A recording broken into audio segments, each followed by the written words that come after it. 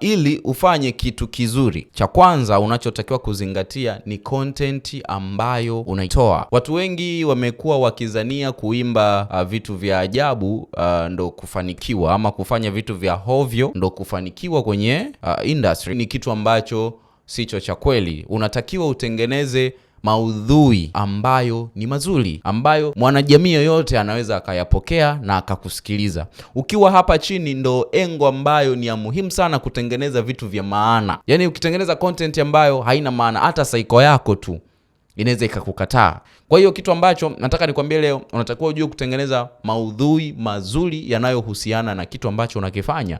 Kitu kingine unatakiwa uangalie tasnia inahitaji nini kwa muda huu. Yaani tasnia inahitaji nini kwa wakati gani.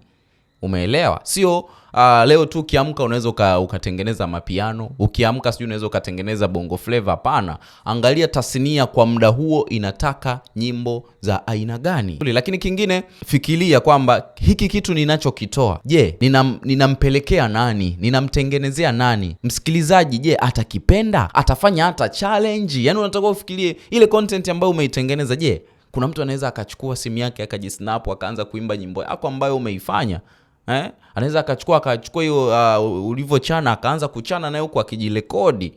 Unaona? Kwa hiyo ukifikiria hivyo vitu ndo utajua namna gani ya kulizingatia soko. Na ukishaliweza soko, watu wakishakuelewa, it means unakuwa na nafasi kubwa sana ya kuweza kupenya masikioni mwa watu, na watu wanakupokea vizuri kabisa bila shida yoyote. So make sure unafanya hivyo vitu vichache tu nimekupa kwa leo, ili uweze kutengeneza career yako vizuri na watu wakupokee vizuri kabisa bila challenge yoyote. Yes, mimi naitwa Mr. Fresh. Usiache kunifuatilia Instagram, TikTok pamoja na Facebook. And that was my time.